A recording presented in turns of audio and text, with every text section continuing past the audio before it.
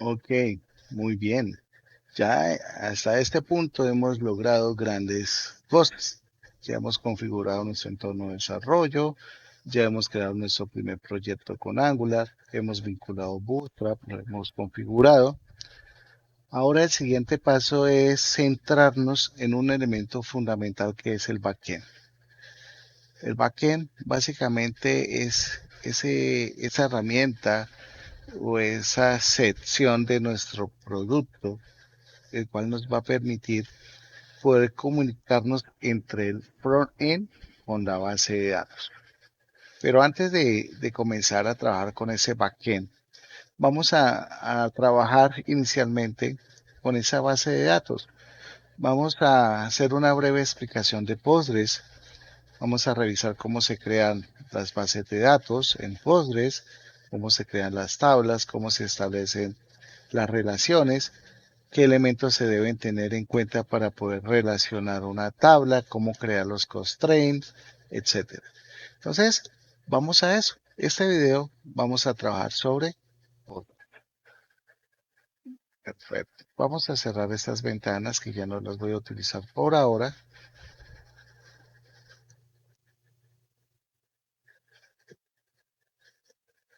Y voy a abrir el PG Admin. Vámonos con el PG Admin. Podemos cerrar Visual Code. No lo voy a necesitar. Cerramos el PowerShell sin ningún problema.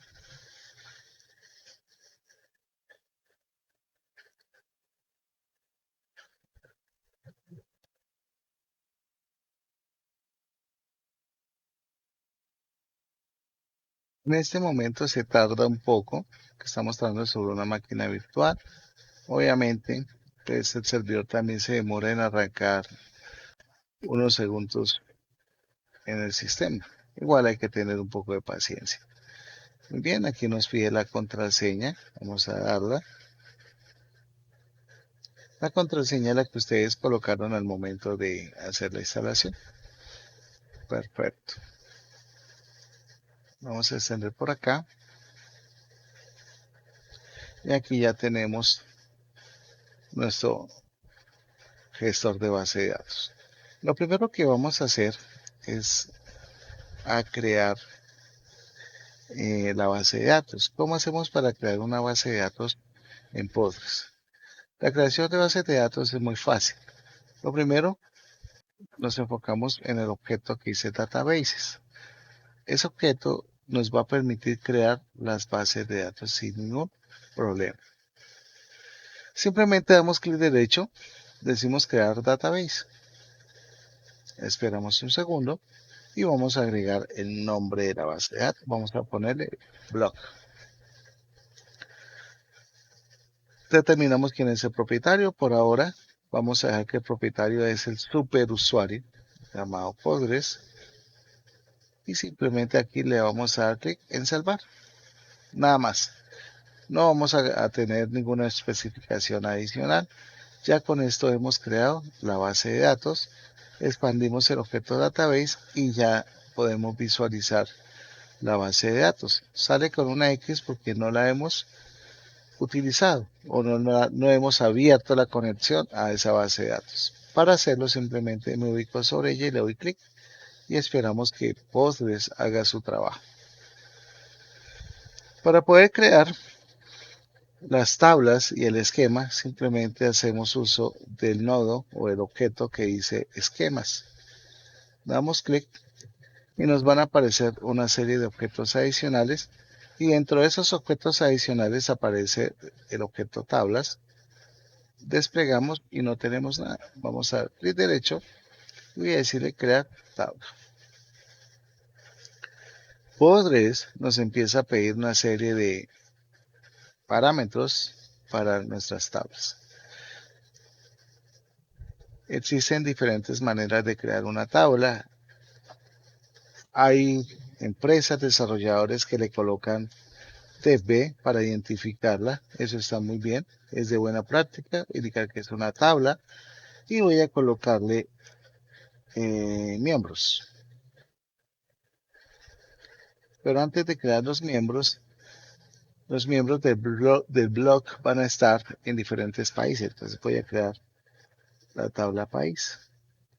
Importante, una de las ventajas que vamos a tener sobre Slim es que podemos trabajar las tablas con nombres en inglés o en español, a diferencia del Laravel, por ejemplo, y el Laravel nos pide que tengamos las tablas en inglés para que Eloquent trabaje bien. Entonces acá vamos a trabajar Slim y dentro de ese Slim ya tenemos configurado Eloquent, pero podemos trabajar nuestras tablitas en español sin ningún problema. Vamos a las columnas.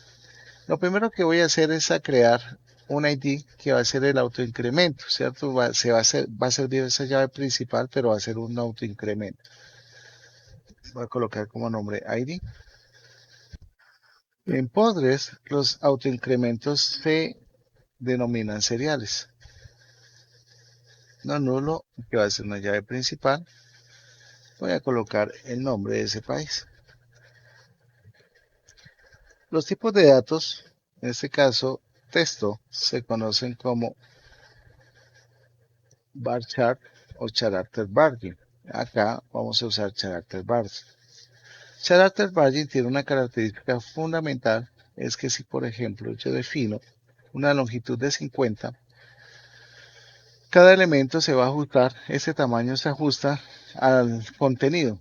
Si el país tiene 10 letras, 10 caracteres, pues él va a optimizar el espacio a 10. Así sucesivamente hasta lograr los 50 caracteres. Más de 50 caracteres, pues va a truncar la cadena o posiblemente saldría algún error.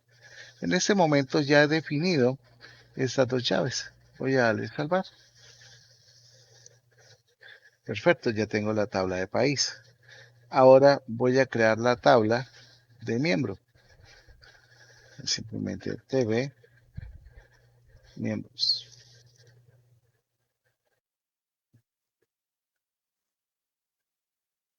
Vamos a definir las columnas,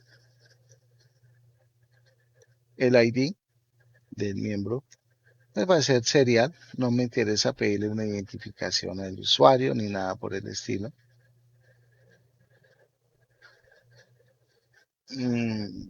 Vamos a pedirle el email, ¿no? Carácter Bargin. Vamos a darle una buena longitud a ese email. Necesitamos que el usuario me defina en qué país está ubicado, ¿cierto? Entonces vamos a decirle ID país para establecer la llave foránea. Recordemos que una llave foránea es aquella que me permite conectar o relacionar una tabla hija con la tabla padre. Y recordemos que una de las características principales es que la llave foránea debe tener el mismo tipo de dato que la llave principal y obviamente la misma longitud. Como el serial es tomado como entero, aquí podemos usar el tipo de dato entero. Podemos pedirle al usuario un nick o un apodo, ¿cierto? Podemos decirle que es character Bargin. Podemos decirle que es de 50. Podemos pedirle una clave. Vamos a usar autenticación en nuestro programita. Y acá le voy a decir que es character Bargin. Vamos a darle la posibilidad de una clave de 20 caracteres.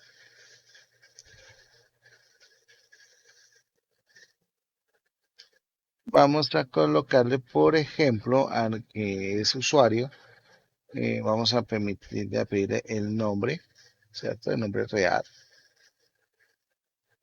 Character Bargin. Y vamos a dejarlo de 50.